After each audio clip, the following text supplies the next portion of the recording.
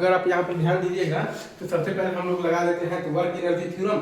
तो वहाँ से हमारे पास आ जाता है minus M G L into one plus cos theta is equal to half M V square minus half M into 4gl। हम लोगों ने लगाया है वर्क एनर्जी थ्योरम। तो वहाँ से हमारे पास आ गया minus M G L into one plus cos theta is equal to half M V square और minus half into M into 4gl, right. Minus M G L into one plus cos theta is equal to half M V square minus half into M into 4gl है easy.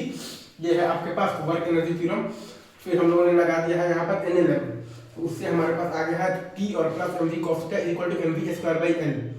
और यहाँ पर बोल रहा है कि T और plus M G cos theta equal to M V square by L.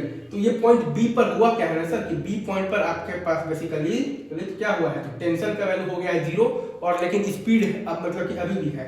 तो B पॉइंट के बाद से आपका जो पार्टिकल है वो आपका जो करने लगेगा वो कौन सा मोशन करने लगेगा प्रोजेक्टाइल मोशन। B पॉइंट पर हुआ क्या है ना सर कि आपके पास बेसिकली B पॉइंट पर स्ट्रिंग में टेंशन आ गया है 0 लेकिन स्पीड अभी भी है।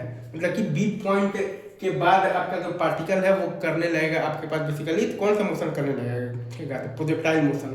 तो B पॉइंट पर अगर आप ध्यान दीजिएगा तो आपके पास बेसिकली जो स्ट्रिंग में टेंशन है वो 0 हो गया है। हाँ लेकिन स्पीड अभी भी है।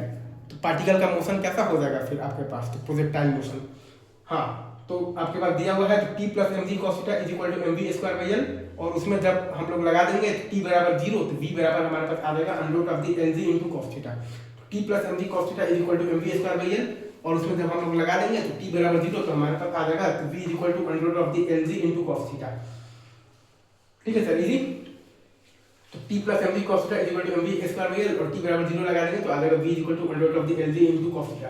तो कॉस थीटा का वैल्यू आपके पास वहां से आ गया है 2/3। cos theta is equal to आ गया है आपके पास 2/3। तो h अगर आपको कोई बोल दे कि निकालना है तो h अपन जो प्रोजेक्टाइल का मैक्सिमम हाइट आता है तो v स्क्वायर मतलब कि into sin square theta by 2g और प्लस l और प्लस आ जाएगा l cos थीटा।